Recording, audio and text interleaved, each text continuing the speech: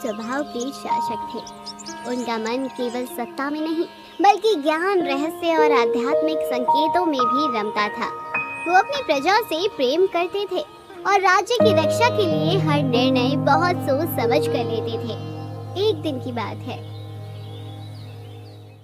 क्या आपको वो तालाब याद है जो उत्तर दिशा में हरियापुर गांव में स्थित है? हाँ महाराज, जहाँ दो गरीब भाई अमन और अर्जुन रहते हैं, वही तालाब ना? हाँ, वही तालाब। मुझे वो किसी भी कीमत पर चाहिए। महाराज, पर ऐसा क्या है उस साधारण से तालाब में? अचानक आपका ध्यान क्यों वहाँ गया? क्योंकि उस तालाब से जुड़ा है एक बहुत बड़ा रहस्य, एक ऐसा रहस्य जो हमारे पूरे राज्य की किस्मत बदल सकता है। अगर वो किसी गलत हाथों में चला गया तो पूरा स्वर्णपुर राज्य उसकी आंख में जल सकता है। महाराज, क्या ये किसी ऋषि की भविष्यवाणी से जुड़ा है? हाँ, एक भविष्यवाणी जो वर्षों पहले एक सिद्ध योगी ने की थी। उत्तर दिशा के जल से निकलेगा या तो अमृत या प्रलय। यदि हमने उस जल को समय रहते अपने अधीन नहीं किया तो राज्य को खून के आंसू भी रोने पड़ सकते हैं। जैसी आपकी आज्ञा महाराज, मैं अभी निकलता हूँ। गांव के तालाब किनारे एक पुराना मिट्टी लकड़ी का घर था जहाँ दो सगे भाई रहते थे। बड़ा भाई अमन शांत, मेहनती और जिम्मेदार। छोटा भाई अर्जुन लापरवाह, शौकीन, दिल का अच्छा। घर छोटा था, आमदनी कम, मगर आपसी समझ गहरी थी। फिर दोनों की शादी हुई। अर्जुन की पत्नी राधा गरीब किसान की बेटी, सरल, सहनशील और काम में निपुण। अमन की पत्नी सोनाली अमीर व्यापारी की बेटी और घमंडी किस्म की थी। अचानक आगमन के लिए मैं स्वर्णपुर के महाराज विक्रम सिंह का मंत्री हरि प्रसाद हूँ। मुझे तुमसे एक आवश्यक बात करनी है। आरा कहिए मंत्री जी, किस विषय में? महाराज, तुम्हारे इस तालाब को खरीदना चाहते हैं। जो मूल्य तुम कहोगे वो देने को तैयार हैं। चाहे वो धन हो, सोना चांदी हो या खेत जमीन। मंत्री जी क्षमा कीजिए, ये तालाब बिक्री के लिए नहीं है। देखो अमन, अर्जुन, मैं समझता हूँ कि ये जगह तुम्हारे लिए खास है, पर सोचो, अगर तुम्हें महल जैसा घर मिले, ढेर सारी जमीन, खेती के सारे औजार, नौकर चाकर और वो जीवन जो अब तक केवल सपनों में देखा है, तो क्या तुम इस तालाब को छोड़ नहीं सकते?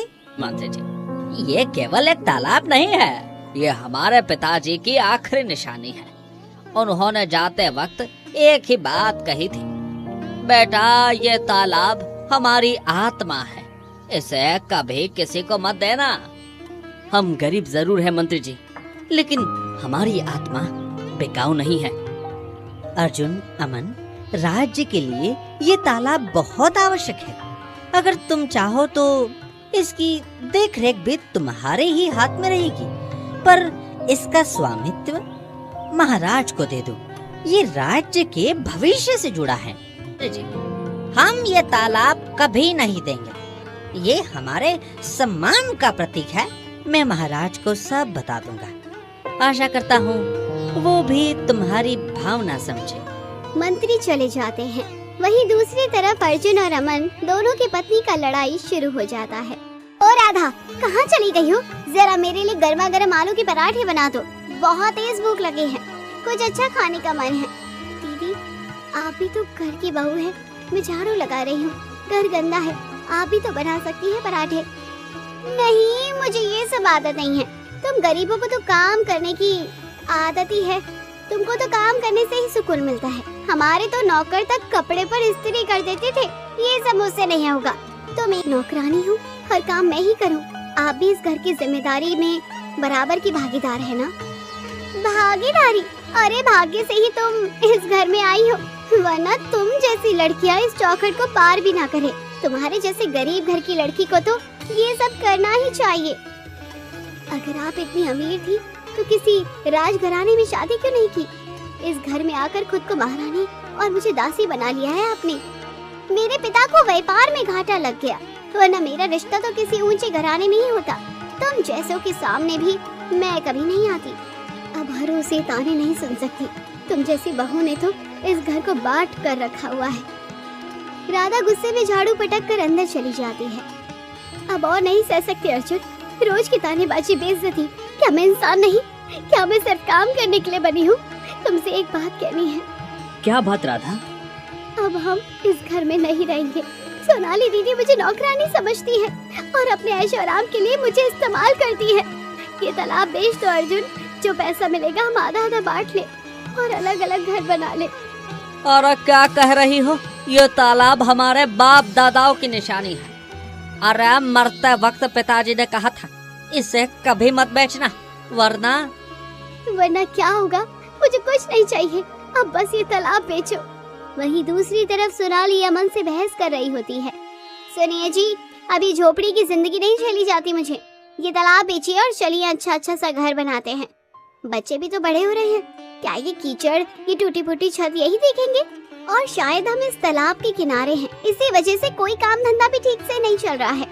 अगर हम दूर शहर में घर जाकर बना लेना तो हमारा काम भी अच्छे से चलेगा और हम गरीब भी नहीं रहेंगे। ये कीचड़ नहीं, हमारी जड़ों की खुशबू है। ये तालाब सिर्फ पानी नहीं, हमारी पहचान है।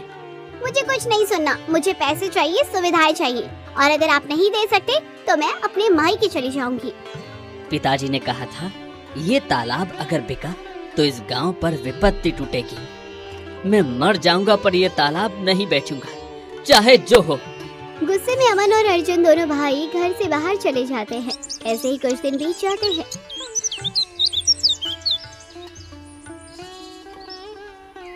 फिर एक दिन अमन और अर्जुन घर के बाहर पेड़ के नीचे बैठे थे। तभी गांव का सेठ लाला जी वहाँ आता है। राम राम अर्जुन, कैसे हो तुम दोनों? राम राम सेठ जी, बताइए कैसे आना हुआ है? अरे बेटा, सीधी बात करता, मुझे तुम दोनों से एक जरूरन बात करनी है। वो जो तुम्हारा तालाब है ना। तालाब? क्या हुआ हमारे तालाब को? मैं वो तालाब खरीदना चाहता हूँ बटवा। तुम दोनों जो भी कीमत मांगोगे मैं देने को तैयार हूँ। पर क्यों सेठ जी? उस तालाब में ऐसा क्या है जो आप मुंह मांगी कीमत देने को तैयार हैं? अरे कुछ नहीं बटवा, जगह बहुत बढ़िया है। मैं वहाँ एक धंधा स्टार्ट करना चाहता हूँ, आमदनी अच्छी होगी बटवा। अरे माफ कीजिएगा सेठ जी, हम वो तालाब नहीं बेचेंगे, वो हमारे पिताजी की निशानी है। आप जा सकते हैं सेठ जी, हमें कोई दिलचस्पी नहीं है उसे बेचने की। सेठ निराश होकर चला जाता है। अंदर राधा और सोनाली ये सारी बातें खिड़की के पास से सुन लेती है। तुमने सुना राधा, सेठ जी वो मांगी कीमत देने को तैयार है और ये दोनों साफ मना कर रहे हैं। हाँ दीदी, मैंने भी पूछा था अर्जुन से, तो वो गुस्से में ही फट पड़े। देखो राधा, हम दोनों में भले ही ज्यादा न बनती हो, लेकिन ये बात समझदारी से सोचनी होगी। अगर हम दोनों ने मिलकर ये तालाब बेच दिया तो हमें लाखों रुपए मिलेंगे। गरीबी से लड़ते लड़ते थक चुकी हूँ मैं।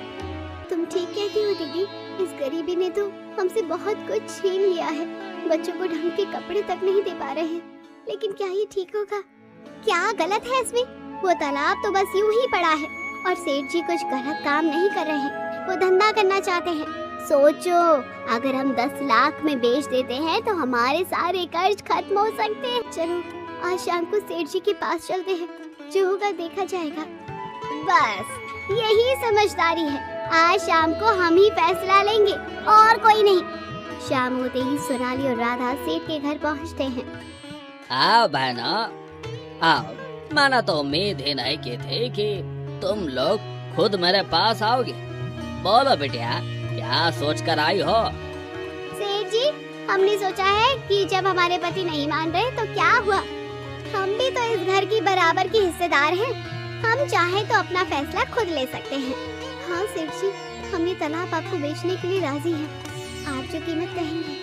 अरे वाह, ये हुई ना बात। सीधे सादी बहुएं भी समझदार हो गई। देखो, मैं 10 लाख देने को तैयार हूँ।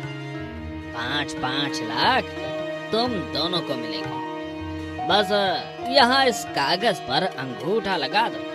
हम दोनों अंगूठा लगा देते हैं। दोनों कागज में अंगूठा लगा देती हैं और 5-5 लाख रुपया लेकर अपने घर की तरफ निकल पड़ती है। 5 लाख में कितने सपने पूरे हो सकते हैं, सोचकर ही दिल खुश हो रहा है। लेकिन ये तालाब अर्जुन के पिता की आखिरी निशानी है। वो कहते थे इसमें गांव की जान बसती है।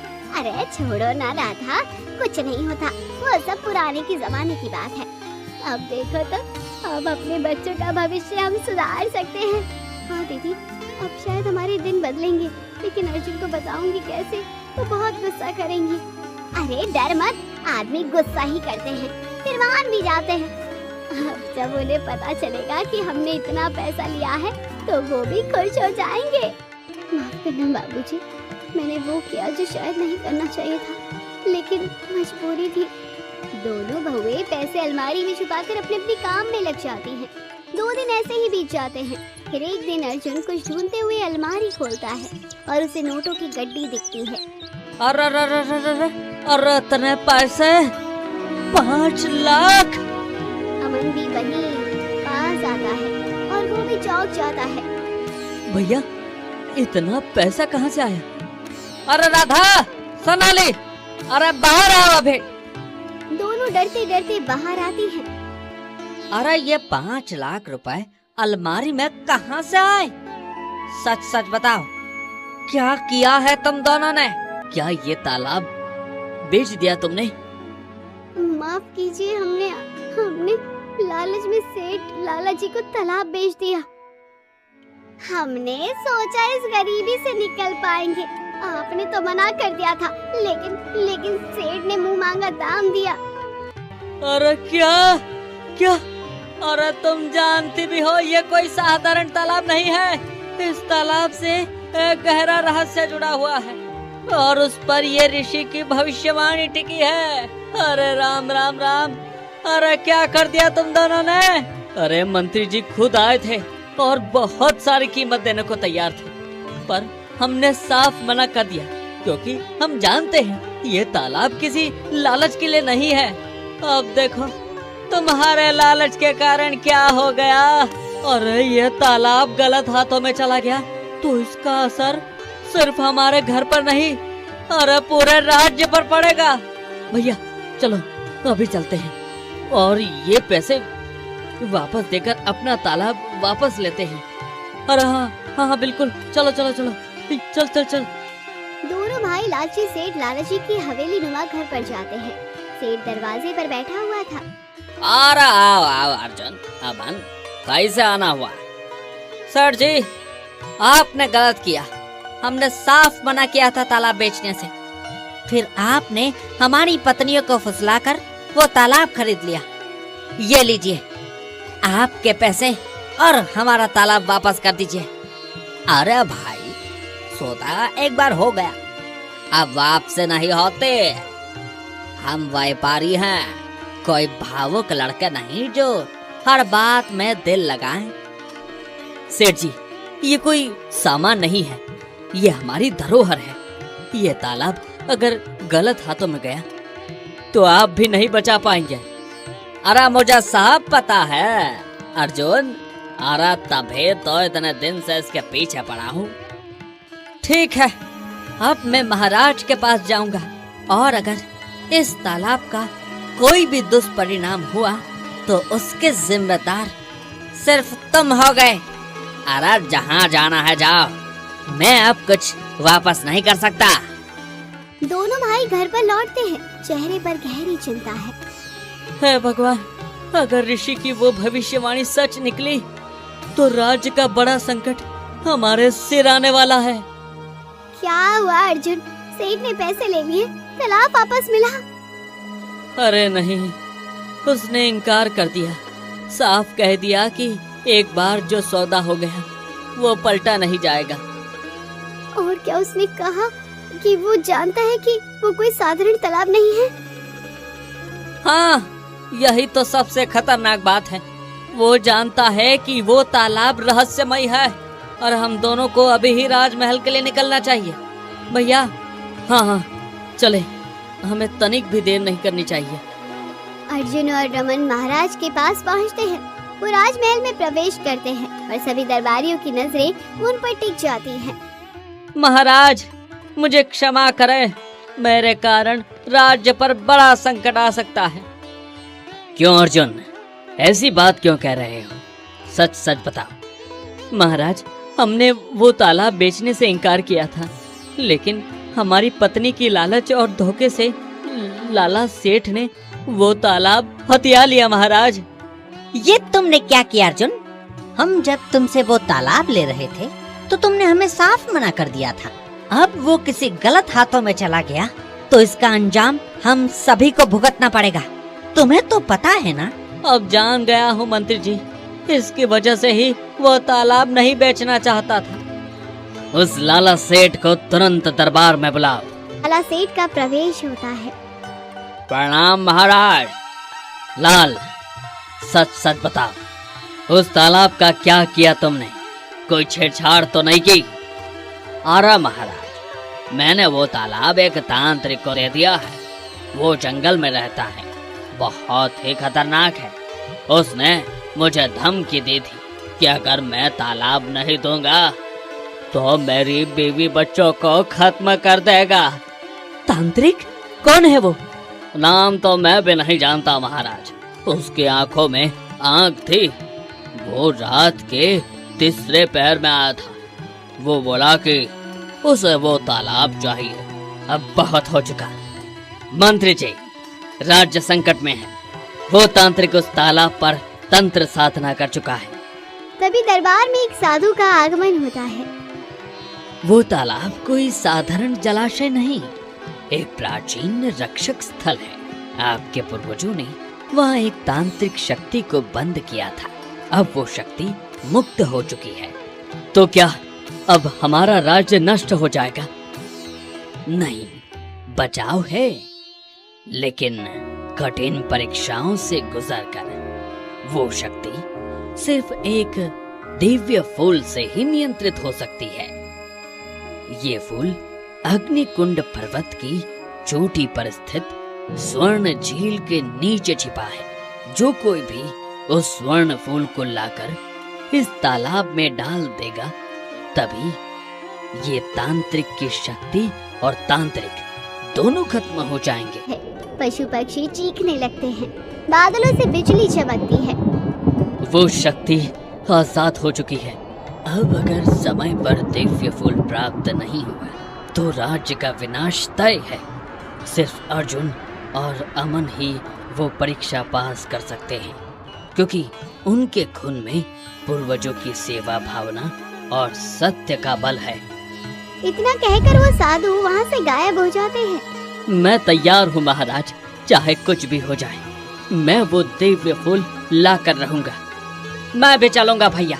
ये संकट सिर्फ हमारा नहीं है, ये पूरे राज्य का संकट है। अगर हम चुप रहे तो आने वाली पीढ़ियां भी हमें माफ नहीं करेगी। तो ठीक है अर्जुन और अमन, आज ही तुम दोनों इस कठिन यात्रा के लिए निकलो।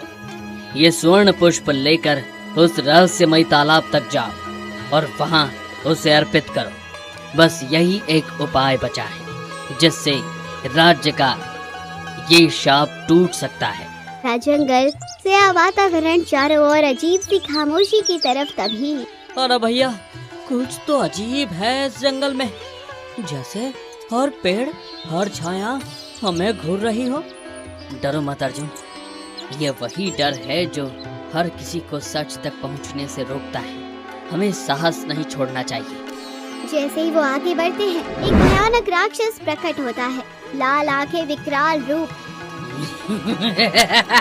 तुम दोनों को यहाँ मरना ही होगा।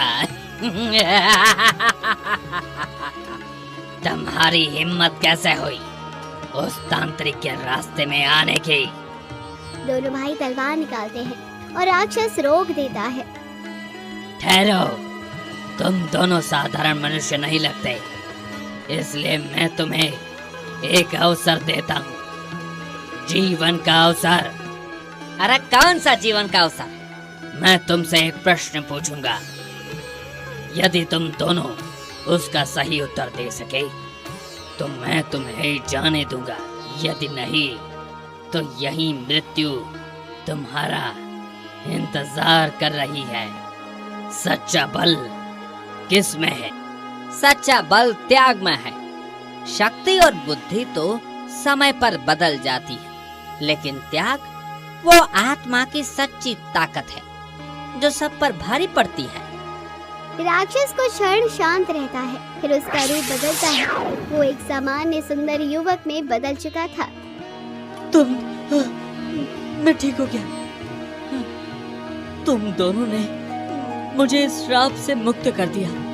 मैं कोई राक्षस नहीं था, मैं भी कभी इस राज्य का एक सामान्य नागरिक था, पर तांत्रिक ने अपनी काली शक्तियों से मुझे अपना सेवक बना लिया था। मैं दिन रात उस तालाब की रक्षा करने के लिए मजबूर था। अच्छा, तो ये सब तांत्रिक की चाल थी। हाँ, लेकिन आज तुम्हारे उत्तर ने मुझे मेरी आत्मा लौटा दी। एक जादुई ताबीज है, इसे संभाल कर रखना। ये तुम्हारी अगली चुनौती में तुम्हारी रक्षा करेगा। युवक आकाश की ओर देखते हुए गायब हो जाता है। और भैया, लगता है हमारी राह और भी कठिन होने वाली है, पर अब हमारी आत्मा साफ है और रास्ता भी। चलो अर्जुन, हमें रुकना नहीं है। जंगल में आगे बढ़ते हुए अर्जुन और अमन एक अजीब घाटी में पहुंचते हैं। अचानक अग्नि के बीच से एक विशाल लपट उठती है और एक गूंजती आवाज आती है। हे वीरों, यदि इस अग्नि पथ को पार करना चाहते हो, मेरी पहेली का सही सही जवाब दो। सुनो मेरी पहेली।